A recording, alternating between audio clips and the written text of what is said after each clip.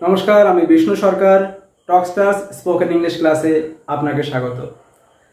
Free spoken English কোর্সের আজকে দ্বিতীয় এপিসোড।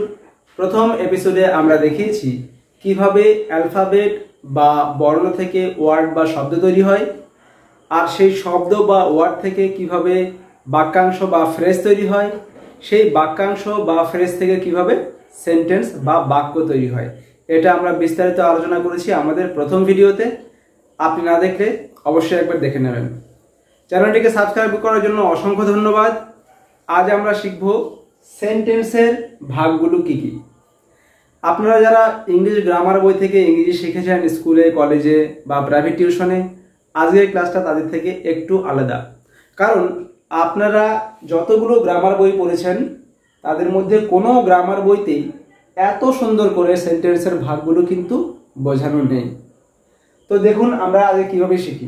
ভিডিওটা খুব ইন্টারেস্টিং, শুরু থেকে শেষ অবধি দেখুন, আপনার অনেক ডাউট কিন্তু ক্লিয়ার হবে।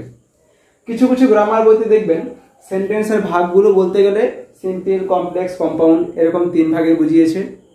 আবার কোনো কোনো গ্রামার বইতে অ্যাসার্টিভ, ইন্টারোগেটিভ, ইম্পারেটিভ, এক্সক্লেমেটরি এবং অবজেক্টিভ সেন্টেন্সের কথা বলা হয়েছে। এইবার যখন একটা বাচ্চাকে প্রশ্ন করা হয় যে সেন্টেন্সের ভাগগুলো কি কি তুমি বলতে পারবে, তখন হয়ে যায় গন্ডগোল। ওরা একবার বলে সিম্পল, একবার বলে ইন্টারোগেটিভ, একবার বলে কম্পাউন্ড, একবার বলে এক্সক্লেমেটরি। এইভাবে কখনো সেন্টেন্সের ক্লিয়ার মিনিং আসে না। মূলত সেন্টেন্সকে দুই ভাগে ভাগ করা যায়, মানে সেন্টেন্সকে ভাগ করারও ভাগ আছে। বিষয়টা হচ্ছে এইরকম, যেমন এখানে যে সেন্টেন্সটা রয়েছে, এই সিম্পল, কমপ্লেক্স এবং কম্পাউন্ডকে ভাগ করা হয় স্ট্রাকচারের দিক থেকে। স্ট্রাকচার মানে গঠনগত দিক থেকে সেন্টেন্সকে তিন ভাগে ভাগ করা যায়, সিম্পল, কমপ্লেক্স আর কম্পাউন্ড। এটা হচ্ছে সেন্টেন্সটা কিভাবে গঠন হয়েছে সেই দিক থেকে সেন্টেন্সের ভাগ এই তিনটে। ক্লিয়ার?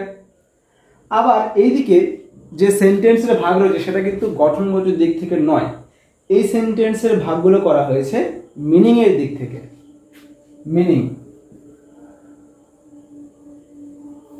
মিনিংয়ের দিক থেকে এই সেন্টেন্সগুলোকে ভাগ করা হয় পাঁচ ভাগে। এইবার এখানে একটা কথা বলে রাখি, আপনারা যারা বাংলা মিডিয়ামের স্টুডেন্ট তারা জানেন যে সেন্টেন্সকে এটা পাঁচ ভাগে ভাগ হয়, যেমন অ্যাসার্টিভ, ইন্টারোগেটিভ, ইম্পারেটিভ, এক্সক্লেমেটরি এবং অবজেক্টিভ।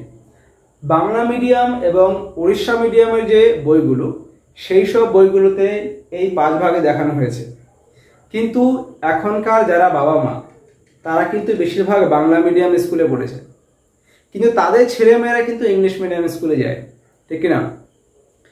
তো যখন তাদের ছেলেমেয়েরা ইংলিশ মিডিয়াম স্কুলে যাচ্ছে তখন তাদের যে গ্রামার বই সেখানে কিন্তু এই অবজেক্টিভ সেন্টেন্সটা কিন্তু নেই। আমি জানি না আপনারা কখনো খেয়াল করে দেখেছেন কিনা। যারা ইংরেজি পড়ান তারা একটু দেখবেন, বা যারা বাবা মা তারাও একটু দেখতে পারেন যে ওই গ্রামার বইগুলো কিন্তু অবজেক্টিভ সেন্টেন্সটাকে তুলে দেওয়া হয়েছে, কারণ এটা একটু কম ইম্পর্টেন্ট। আইসিআইসিআই বোর্ড বা সিবিএসসি বোর্ডের কথা আমি বলছি, ওদের বইতে এই অবজেক্টিভ সেন্টেন্সটাকে পড়ানো হয় না। কিন্তু আমাদের বাংলা মিডিয়াম বা উড়িষ্যা মিডিয়ামের বইতে কিন্তু এই পাঁচটা ভাগ রয়েছে।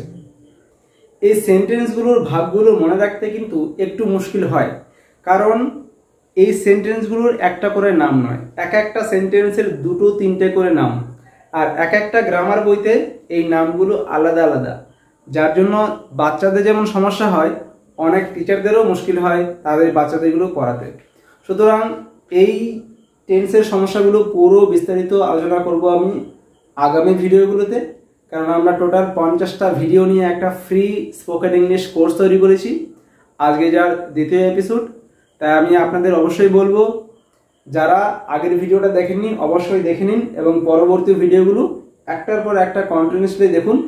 আপনার লেভেল যাই হোক না কেন, আপনি কিন্তু একদম বেসিক থেকে অ্যাডভান্স লেভেল অবধি ইংলিশের সমস্ত ডাউট আপনার ক্লিয়ার হয়ে যাবে এই ফ্রি কোর্স থেকে। ভিডিওটি কেমন লাগলো কমেন্ট করে অবশ্যই জানাবেন, এবং ভালো লাগলে বন্ধুদের সঙ্গে অবশ্যই শেয়ার করুন, কারণ এটা absolutely free. Thank you for watching. সায়োনারা।